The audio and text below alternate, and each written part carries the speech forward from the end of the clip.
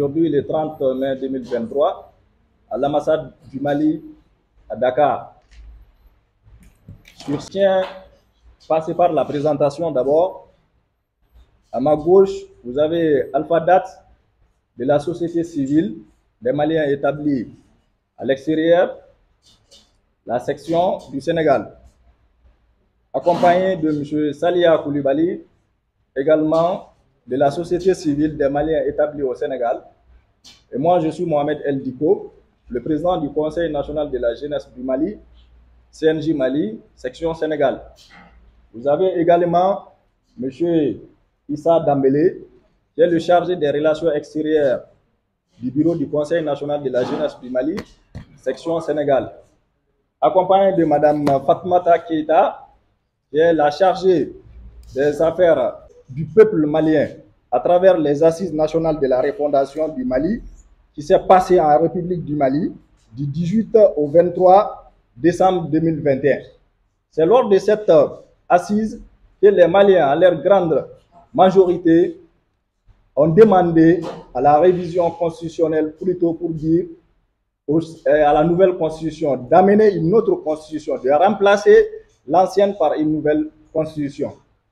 Tout d'abord, je tiens à saluer son Excellence, Monsieur l'ambassadeur du Mali en République du Sénégal, Mohamed El Mouktar, pour son engagement, son courage et sa disponibilité pour son pays, mais aussi pour sa jeunesse en particulier. Sur ce, on va commencer cette conférence de presse.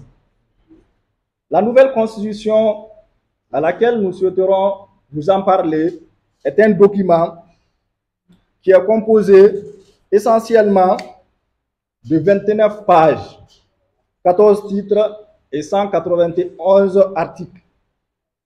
Et toutes les couches de l'appareil, toute la fonctionnalité du Mali se résume à l'intérieur de ce document-là, qu'on appelle la Constitution. Et l'objectif de cette conférence de presse n'est rien d'autre que de faire passer le message, que de sensibiliser toute la communauté malienne au Sénégal, Gambie, Guinée-Bissau et Cap-Vert à travers sa jeunesse, de voter massivement pour un oui le 18 juin 2023. Sur ce, comme je l'ai tantôt dit, cette constitution est issue des assises nationales de la refondation du Mali. Un projet qui a été initié par les plus hautes autorités du Mali pour pouvoir se parler, pour pouvoir se dialoguer, et réellement mettre sur table toutes les préoccupations de toute la communauté malienne, dans toute sa diversité. Qu'est-ce qu'il faut faire pour un Mali nouveau? Qu'est-ce qu'il faut faire pour un Mali nouveau? En Bambara, on dit un Mali 3. Donc, après réflexion et consultation de l'ensemble des couches de la communauté, il est apparu d'une décision de finalisation qui n'est d'autre que la Constitution. L'ancienne Constitution qui a été élaborée le 25 février 1992 a connu beaucoup d'insuffisances. Notamment, quand j'ai dit d'insuffisance, ce sont des insuffisances qui sont vraiment réelles. Un président de la République, par exemple, je donne l'exemple, un président de la République du Mali n'avait pas les prérogatives, n'avait pas le pouvoir de faire démissionner son Premier ministre. Ça, c'est l'ancienne Constitution. La Constitution à laquelle nous sommes dedans déjà. La Constitution du 25 février 1992, le président de la République du Mali ne pouvait pas mettre fin aux fonctions du Premier ministre. Il fallait que celui-ci démissionne. Et là, quand on parle de la gestion d'un pays, ça c'est très inquiétant. Ça fait vraiment peur. Un président de la République, un président qui a été élu par la majorité, qui a été élu par les urnes et qui n'arrive pas à mettre fin aux fonctions de son Premier ministre. En réalité, il n'avait pas de pouvoir.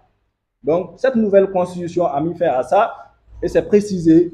Le président de la République, il nomme son Premier ministre et il peut mettre fin à ses fonctions. Donc, en plus de cela aussi, à notre jeune, il faut reconnaître que cette nouvelle constitution ne nous a pas mis en autarcie. Parce que qui parle de la gestion d'un pays, qui parle de la défense d'un pays, ça se passe forcément par cette jeunesse. Et cette jeunesse, dans cette nouvelle constitution, à partir de 18 ans, tout le monde aura droit au service national de la jeunesse, c'est-à-dire au service militaire. Ça, c'est quelque chose qui ne nous laisse pas intransigeants face à la situation de notre pays. Quand on essaie de voir, on fait une analogie de la situation du Mali, de 2012 à aujourd'hui, nous sommes confrontés à beaucoup de problèmes. Et là, les jeunes, dans leur diversité, à partir de 18 ans, tu peux faire le service militaire et en cas de besoin, tu peux partir pour défendre ton pays. Ça, c'est dans la nouvelle constitution. Aussi, en tant que Maliens établis à l'extérieur, force est de reconnaître que nos préoccupations aussi ont été prises en compte. Ils sont même allés pour créer au sein des institutions la chambre sénatoriale. La chambre sénatoriale qui remplace quelque part le Haut Conseil des collectivités territoriales. Mais dans cette chambre sénatoriale, les préoccupations des Maliens de l'extérieur sont prises en compte. Les Maliens de l'extérieur, ils vont recenser leurs problèmes, les problèmes auxquels ils sont confrontés dans les pays d'accueil pour amener à la chambre sénatoriale pour discuter. Et cette nouvelle constitution, encore une fois de plus, dans son élégance, on verra qu'il y a vraiment une véritable démocratie au sein de la nouvelle constitution. L'ancienne constitution, à laquelle nous sommes dedans déjà, mais qui prendra fin le 18, Inch'Allah, si Dieu le veut, dans cette constitution, il n'y a qu'une seule chambre et elle s'appelle la chambre parlementaire. Or, dans cette nouvelle constitution, la chambre parlementaire et il y a aussi la chambre sénatoriale. Beaucoup de gens vont se dire que cette nouvelle constitution va dans le sens de soutenir ou bien d'octroyer un pouvoir royal au président qui va venir. Mais retenez vos souffles et il faut reconnaître que dans cette nouvelle constitution aussi, le président n'est pas forcément le roi. Quand on essaie de voir l'ancienne constitution, la constitution à laquelle nous sommes dedans déjà, parce que je préfère répéter pour que ça puisse se comprendre, cette constitution, le président de la République pouvait mettre fin à l'exercice de l'Assemblée nationale. Mais dans cette constitution nouvelle, il peut mettre fin aussi, mais il y a de ces paragraphes auxquels il doit passer. Notamment s'il veut mettre fin à l'Assemblée nationale, il faudra qu'il le fasse dans un délai de 3 mois. Il parvient à organiser les élections avant ça, il parvient vraiment à mobiliser, à mettre toutes les ressources sur place pour pouvoir mettre en une autre chambre parlementaire. Donc, ce qui explique que le président, s'il n'arrive pas à faire ça, la nouvelle constitution octroie le pouvoir à l'ancien député de revenir exercer encore leur fonction en tant que député. Aussi, dans cette nouvelle constitution, il y a une partie qui suscite d'énormes débats. C'est par rapport aux questions de la laïcité.